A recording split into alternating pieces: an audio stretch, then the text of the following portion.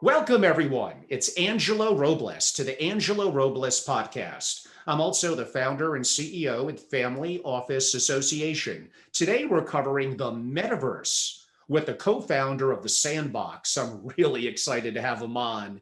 That would be Sebastian Borget, COO and co-founder of the Sandbox. I'm also joined today in co-hosting duties by a great friend, co-host partner several times, and feature guest multiple times. And that would be a very active investor in the world of digital assets. So it works well today. And that would be JJ Sowers. Gentlemen, both Sebastian and JJ, welcome. Thanks for having me. Really? Hello, hi Angelo. Thanks for having me as well. And hi JJ. Yes, thank you. And Sebastian, if I might add, what country are you zooming in from? I'm currently in France, but the Sandbox and the Metaverse will all online. A team of 100 people across 20 different countries at the moment. Wow, that sounds fantastic. And maybe on that note, I'll kick us off. Tell us about Sandbox and how you are creating the future of the Metaverse. Well, the long story short is I've been an entrepreneur for 14 years with my business partner, Arthur Madrid. And for the past decade, we spent time to create mobile games. We've been in gaming. The origin of the Sandbox franchise started on mobile 9 years ago on iOS and Android, where we created this game which essentially allowed anyone to create their own 2D pixel world just by the touch of a finger and sharing it to an online gallery. From there, it turned quickly into massive success. We had over 40 million installs and millions of active users who shared 70 million creation. But somehow, even though the game was very successful, all that success could be largely attributed to the user-generated content, users bringing their creation on the platform. We had no way to reward the users for their contribution, for their engagement, for their time creating the content. So towards the end of 2017, when we saw CryptoKitties, when we saw the CryptoPunks, which were the first NFTs to appear, we immediately connected the dots and we thought, let's apply that amazing technology to user-generated content, allowing anyone to make their own NFTs with Sandbox. And that's how we started to work this time on a new version of Sandbox for the past 3 years, evolving it into a 3D multiplayer, multi-platform game that essentially allows anyone to make their own 3D asset and NFTs and games, monetize them through the use of blockchain technology, trade them, own them, earn a revenue from them. That's how the Sandbox now, as you know it, as this 3D virtual world is. And it's been a fantastic, wild adventure so far with a large community of many creators involved following the project. Wow, that's amazing. And that's a lot to digest there and chew on. JJ, do you have any follow-up questions from that? Yeah, I guess back in 2003, Second Life, they kind of caused a stir that caught the attention of a lot of people globally. And I was just wondering, do you feel that Sandbox is the next chapter of avatars, alter egos, but using blockchain technology and basically giving the power back to the creators? There's a lot of that indeed, like virtual worlds, MMOs, there's nothing new. They have been out there for 25 years now. We can see it with Second Life. There's been World of Warcraft, more recently Minecraft, and even Roblox, which just introduced itself on IPO with a $60 billion market cap, large success. For the past 6 months, it indeed has been evangelizing and promoting this creator economy, the idea that anyone who contribute to a world and create for it could earn revenue from it. But all those virtual worlds, they were, and they are still centralized. They are not open metaverses that use a technology, blockchain, to enable the users to own their data, to own their assets, to own their currency like they are a bank, which essentially allow them to take their creation, to take their content, transfer it to other users, sell it to other users on the marketplace of the virtual world, but potentially external marketplaces, developing a whole ecosystem where basically through the ownership, you actually can leverage a business model, a digital economy based on the value of those assets, and actually even create jobs, create revenue stream for users. And what is the most misunderstood thing about Sandbox and the metaverse? Well, I think people tend to think the metaverse as just one large virtual world that will be ruled by one of the large company, whether it's a Facebook, Epic with Fortnite, even Roblox itself. I do think the metaverse is a concept that initially came out from sci-fi books and movies, Ready Player One or Snow Crash by Neil Stephenson, and that essentially exists into the plurality of the experiences, the plurality of the virtual world where users could interact and participate into experiences through their 3D avatar, which is a virtual representation of themselves into the virtual world. Which means that Sandbox, as a decentralized virtual world, is one of the metaverses where users can participate, play, interact, socialize, and more. But this will never be the only one. If not, there is no benefit to actually having your data and transferring it and using it across different other applications or virtual worlds. You know, actually, and I don't want to get off topic, but you and JJ could jump in on this one too if I'm not asking it correctly, or both of your opinions. So there's people that are influencers on various social media platforms. Let's pick on IG or YouTube, whatever it may be. And a lot of them monetize the opportunity as they become successful, and that's a good thing, I think. But they don't really have end control. In other words, they could be canceled, it could be pulled from them at any time. Are we heading to a future where an influencer or creator kind of owns the avatar and the platform that they communicate with, let's go with the word, their fans with, where that can never be pulled from them? Is this a future we're heading at the metaverse? And how does this interplay with the future of social media? I can jump on that one first. Like the idea, like for influencers, they are creators, they are fans, super fans sometimes, and they've been indeed fortunate and potentially funded through the platform, the advertising, through their fans watching. There's got to be a better model, indeed, which offer more value to the fans and to the creators. The idea of that model is NFTs and blockchain.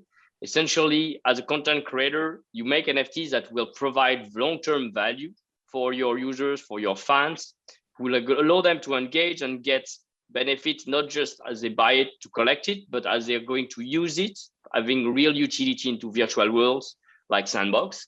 And be closer to your community, offer value, remove the intermediary, and so bring on your own distribution, having a community-driven and even community-first approach. We've seen that with music artists already. So for example, Freelau, or more recently, Deadmau5 or Rishiotin, which are like electronic music DJ and pioneers in adopting NFTs. Now they are also having their presence into our virtual world, owning lands, which is a really interesting concept we'll be talking about. And that's a closer space where they can offer value, connecting to their community, engage, interact with them. And maybe JJ, if you could also chime in with your opinion of that. And we have mentioned NFTs several times. And again, my audience, although may be active as investors, this may still be a little newer to them. If you can maybe give a brief explanation of how NFTs interact with what I said about an influencer, a musician, an artist, and how that weaves into the metaverse. Yeah, so I definitely think the future is creators, whether they be musicians or fitness instructors, will actually have their own NFT that actually acts as an identifier in your wallet. So since it's a non-fungible token, people won't just be able to cancel you. And what will happen is different platforms will actually use this avatar to basically authenticate yourself and jump from platform to platform. And eventually someone will build a way, or even a way we've never thought of, that, let's just say you're on one platform, you can let all your followers know you're on that platform. And then when you upload your NFT to that new platform, all your followers will have access to you from platform to platform. And that's basically going to end censorship as far as centralized platforms, or if someone just decides to cancel you for whatever reason, because that's what's popular that day, that you'll have an immutable audience and an immutable character that can move from space to space. Yeah, and topping JJ, like the avatar becomes your identity. how you look and what you own as NFTs is essentially defining who you are into a virtual world. That's, I think, a really amazing concept to think of now. For sure. And if you don't mind, give a brief definition of how NFTs weave into this. So, and again, some of you could go on one of the websites now, use Ether, gas fees, create an NFT. One of the best ways to invest in something is knowing how it's done, to immerse yourself in the process of it. Even someone like my age, I mean, I've done variations of it just so I could better understand it. But explain a little bit in, 1, 2, 3 steps or layman's terms about that value of the NFT, that there's a limited number of them, that they do have value if you're an artist, a musician, an influencer. The value of NFTs come essentially from 3 key factors: the aesthetic, the scarcity, and the utility. So we've seen, probably if you follow the space now, you probably have heard about like crypto art or crypto punks, the Beeple piece that sold for $69 million. Those are fitting the either collectible or art categories. Art, you collect it because you like an artist, you fan of his work, or you attach to the aesthetic. Collectible, if we take NBA Top Shots, they are essentially related to creating collections. But NFTs could be any sort of digital asset. They could be virtual land, virtual real estate, gaming item like enemies, characters, equipment that improve your skills, wearable to improve the look and feel of your avatar into 3D virtual world and games. Those are, I would say, the last category, which really also provide utility across different application or games. And interacting with those NFTs is quite interesting because if you own the asset, which holds value. Now we've seen just like ETH or Bitcoin can hold value, NFTs can hold value, it can be transferred as such. But by engaging with the game, so spending time, you convert your time into potentially a revenue stream.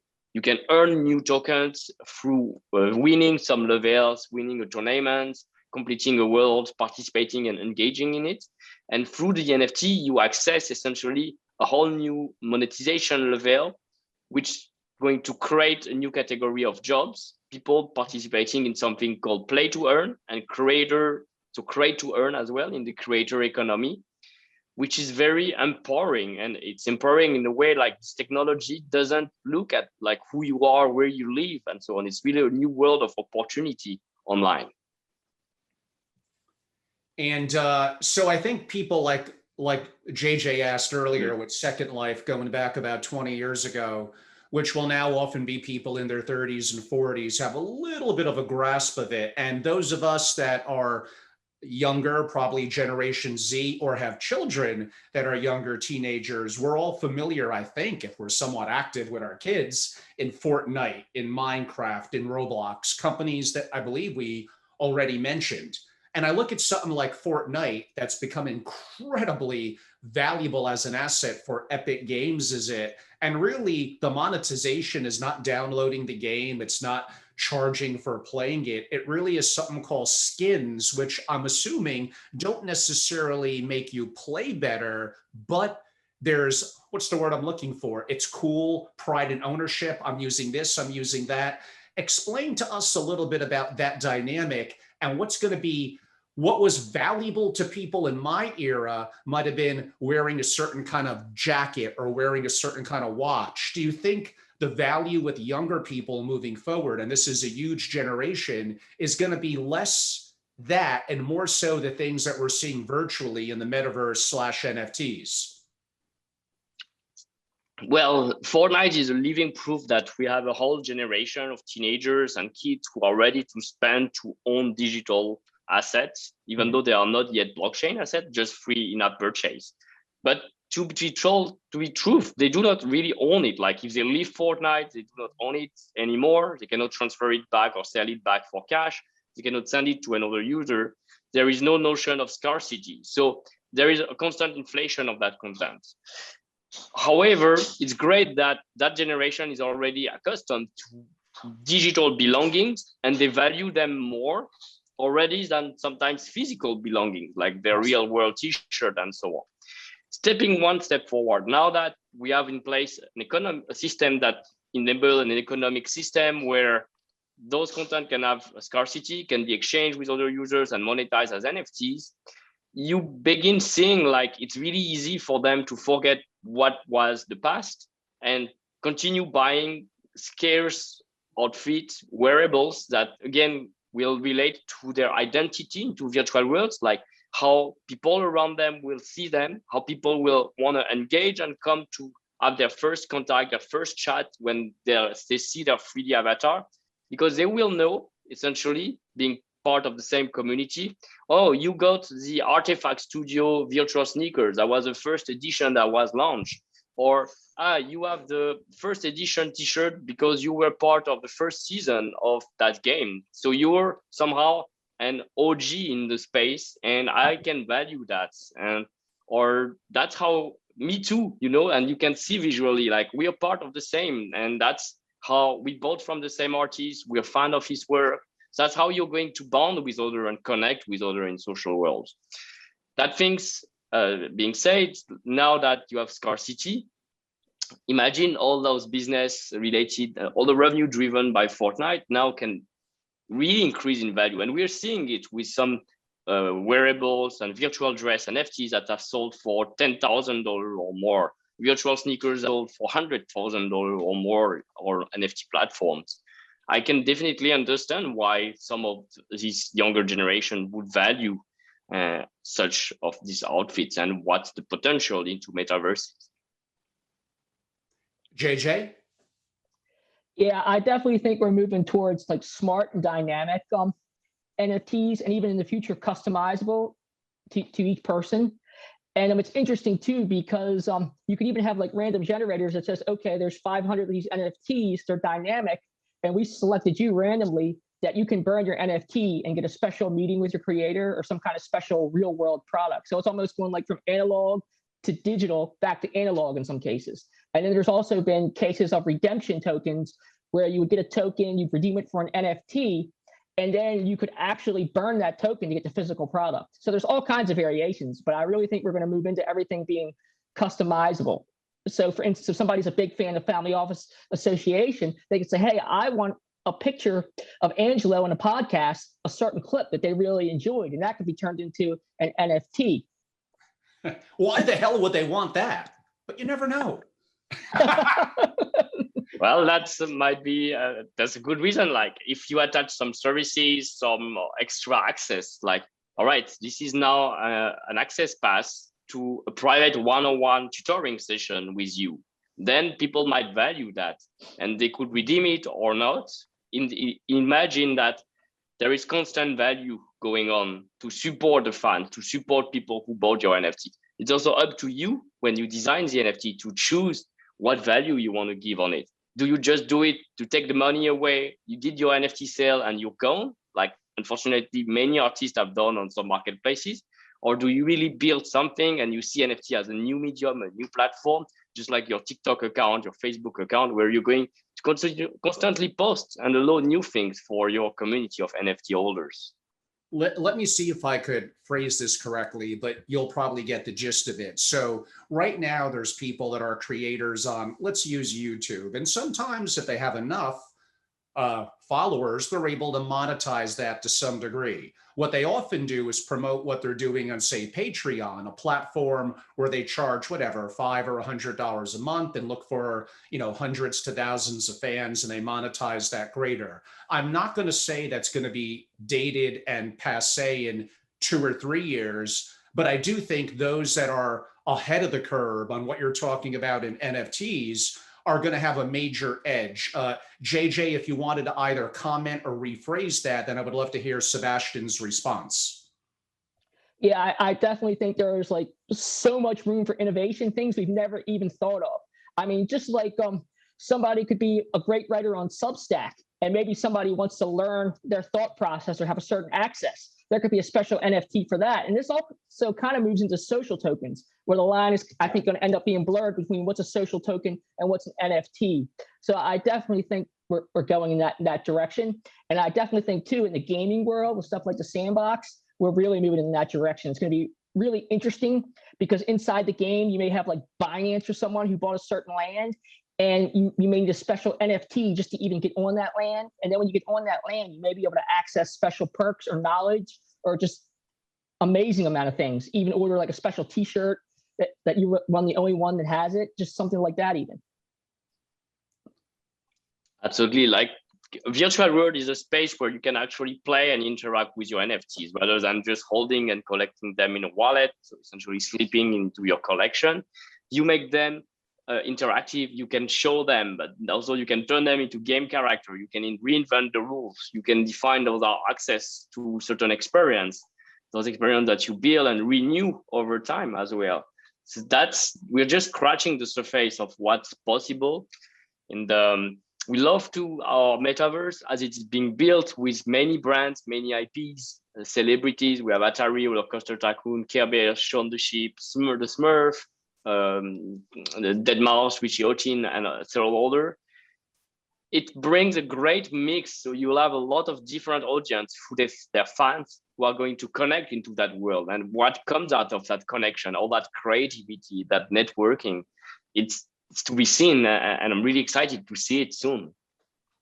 I mean, like you said, theoretically, a lot of this goes back decades ago to Second Life and the evolvement of, let's go with the word games like Minecraft, and evolving in the last couple of years with Robles and Fortnite. That being said, although that sounds like it goes back decades, I guess it goes like this, then boom, like that, the hockey stick, if that's the right thing that I'm looking for, that if I had to use an American phrase, which won't work for you, Sebastian, a sports analogy, it's like the first batter at the top of the first inning. So let me change that to soccer.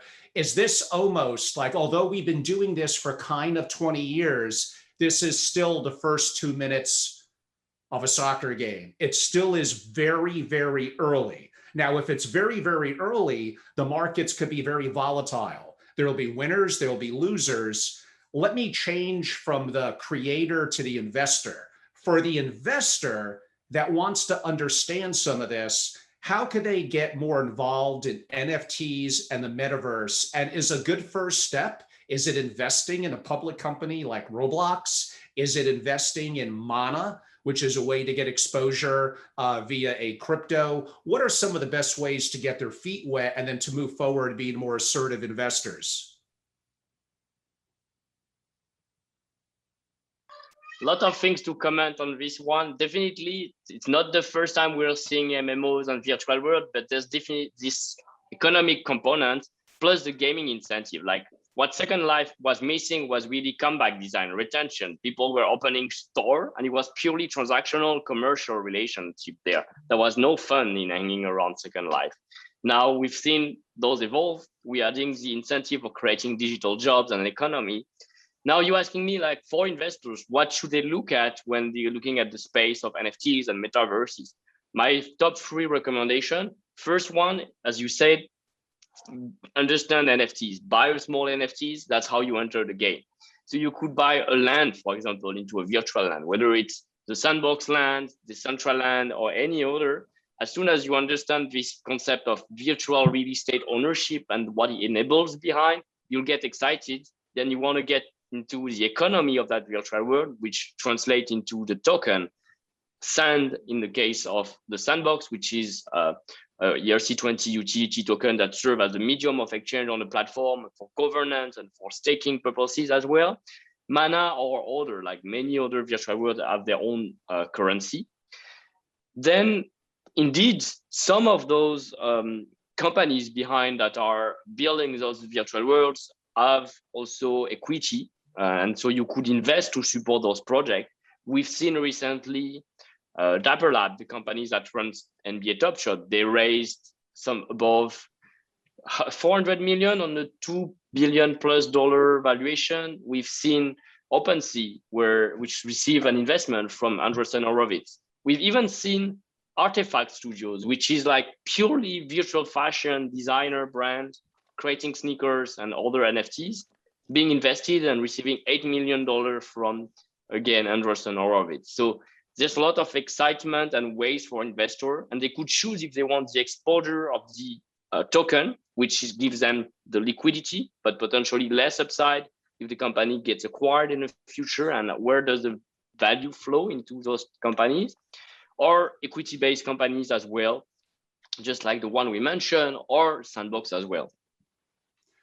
The Sandbox features three main components. If I have this correct, Sebastian: Vox Edit, NFT Builder, the marketplace, and the new version of Game Maker tool. Explain these to our audience. Well, Sandbox is a creation platform. So we offer tools for anyone to make their game experience without any programming knowledge, offer a marketplace where they could put for sale the NFTs they created, and offer a tool where they can create NFTs as simply as assembling Legos. Because voxel, that's what they are. They're like 3D pixel sort of digital Legos that have been, it's a format, it's a creation format that sets both an aesthetic, but also has been used by more than 240 million users, a decade generation playing Minecraft, playing Roblox, or playing Legos. Starting from there, we're growing an ecosystem. Now that you have people who are making games, who are making content, they are going to attract more users as well to play those games, to develop their economy, to develop their distribution. And we want those game studios, those creators and game creators to be successful into our ecosystem. That's our number one goal, and that's what will prove the success of the Sandbox as a platform. And we have advantages because we are decentralized. So the revenue you can earn on Sandbox is 95% of what you create, versus platform like Roblox, where you only earn 30%, or other where you don't earn anything. So that, we think, is one of the key incentives that will take creators and attract them progressively more into a decentralized virtual world.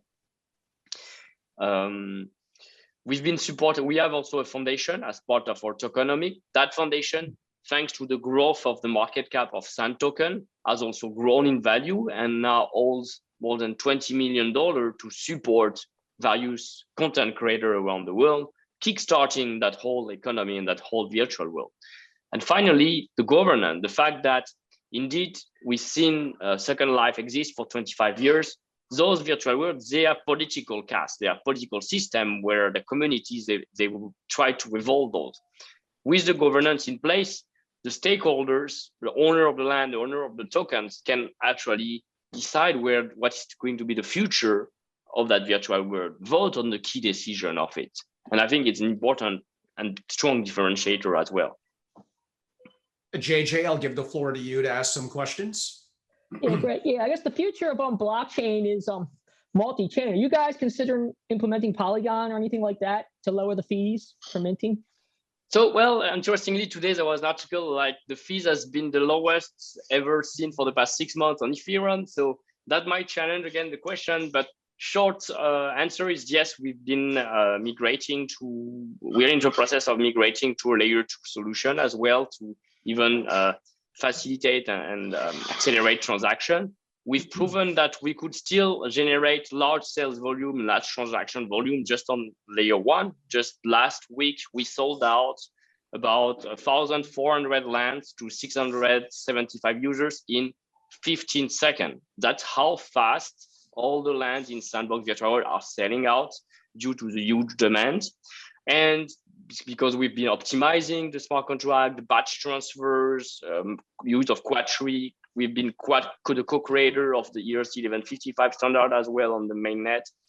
Those key aspects. Now to the question of multi-chain, I think at the end of the day, it will be driven by use case and bridges. So if the community wants to use the Sandbox ERC lands like ERC 721 or NFTs ERC 1155 on, let's say, Binance Smart Chain or another blockchain, I'm sure someone will develop a bridge that allows to transfer those NFTs from one chain to another and then allow to use dApps there and interact. That's also the beauty of being truly decentralized. You own the data, you can build more ecosystem, more services for the users there. People can allow to take loans for your NFTs, collateralizing them to take a loan, fractionalize the NFT to put them into DEX, where then the fractional shares becomes ERC20 and they can be traded between users. A lot of use case behind come possible. Yeah, definitely a lot of great things happening. Did COVID-19 act as a tailwind, increasing adoption in the metaverse?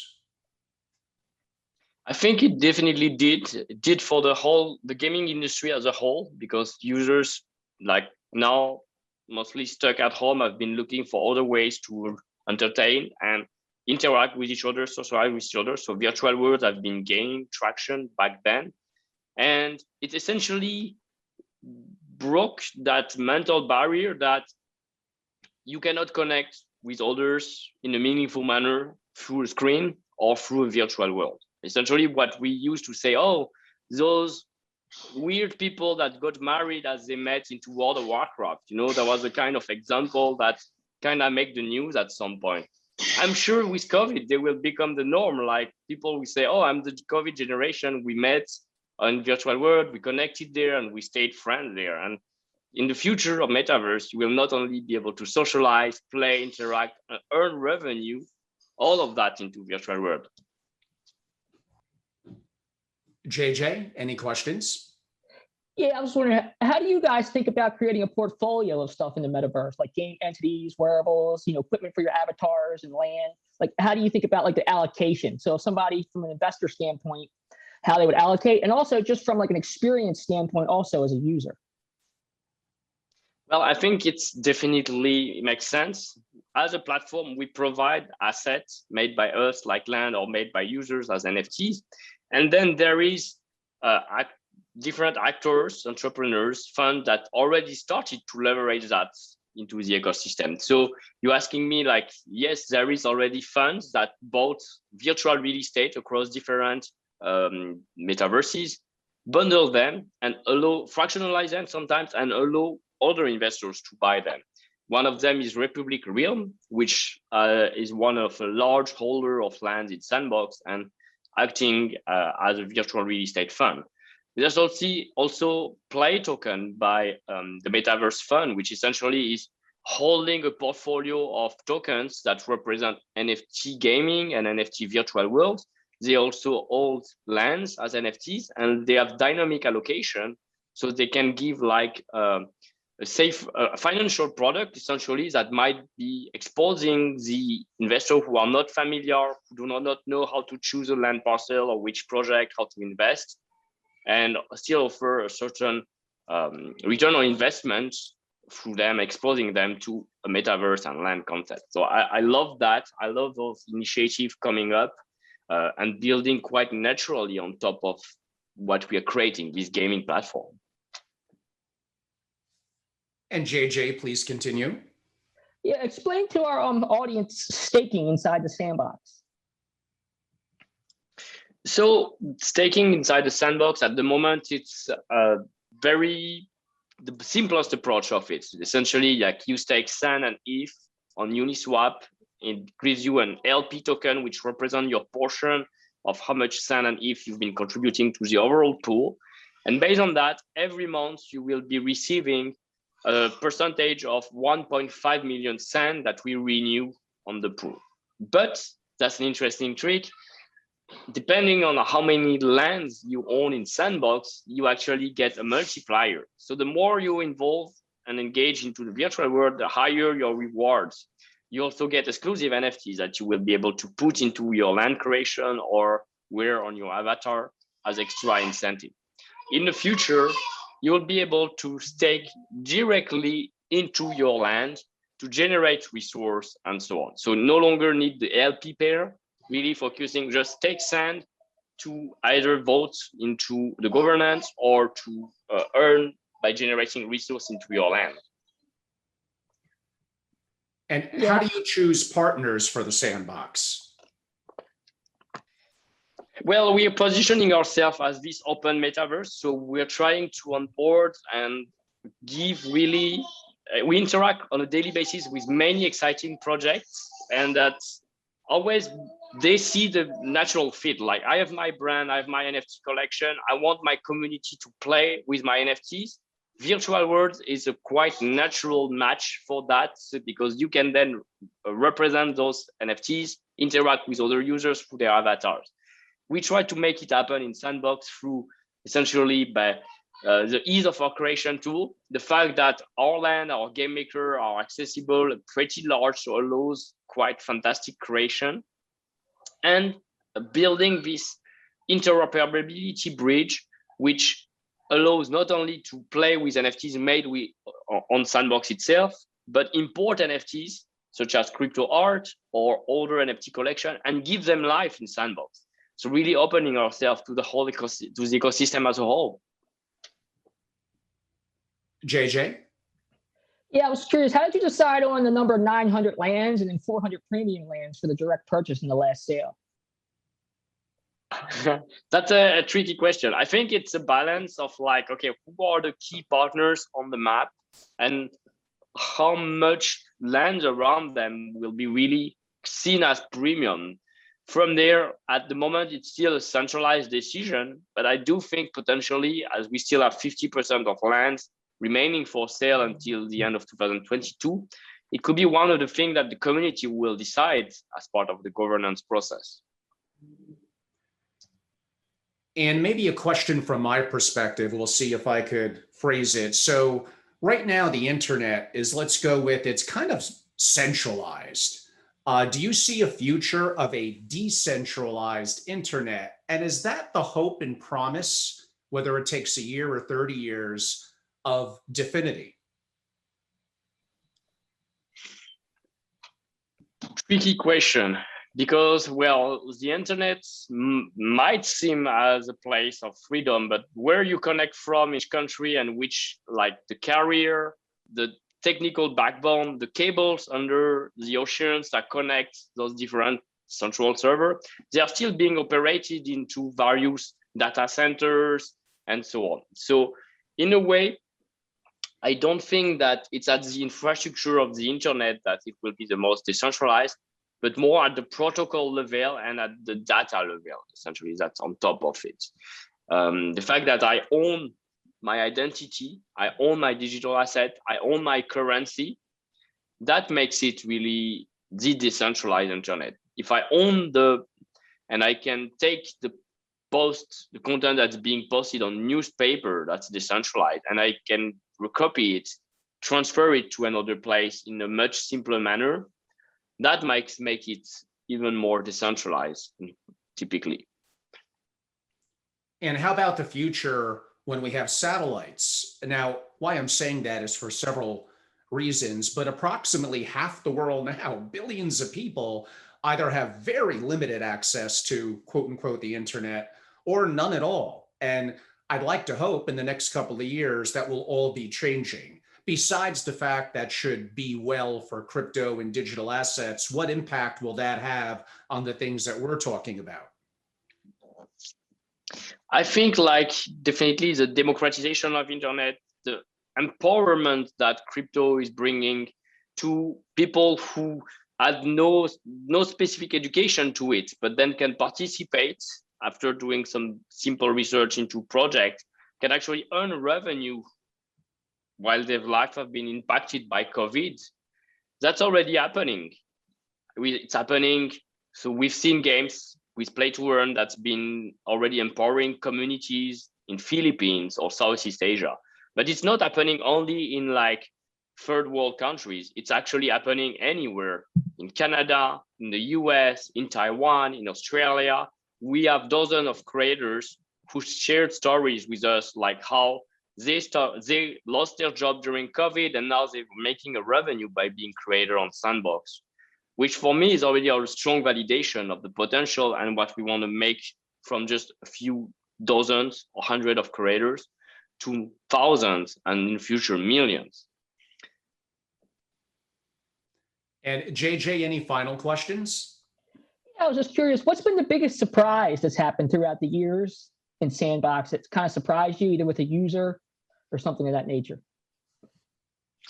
I think, well, it's every day is a surprise. Like when you run a user-generated content platform, you just wake up and you see what the community did while the few hours you were away from the internet, and you say, oh my God, there's so much talent, there's so much creativity out there. I want them to be rewarded for the content they made. I want them to be successful with that game. So how do I make that happen? Basically, how do I provide them better tools?